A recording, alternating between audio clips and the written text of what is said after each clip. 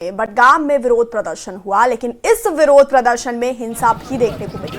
प्रदर्शन के दौरान हजारों प्रदर्शनकारी बडगाम में मेन चौक पर जमा हुए और श्रीनगर की ओर मार्च करने की कोशिश करने लगे। इस दौरान प्रदर्शनकारियों पर काबू पाने के लिए पुलिस ने आंसू गैस के गोले छोड़े। पुलिस अधिकारियों ने कहा कि प्रदर्शनकारियों ने पत्थर चलाए, जिसके बाद पुलिस को आंसू गैस के गोले दागने पड़े।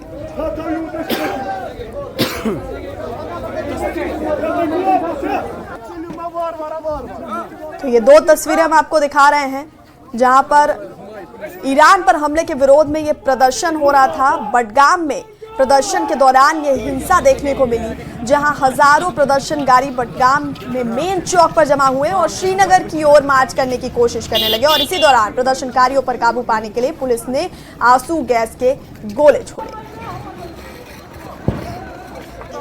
Hey, get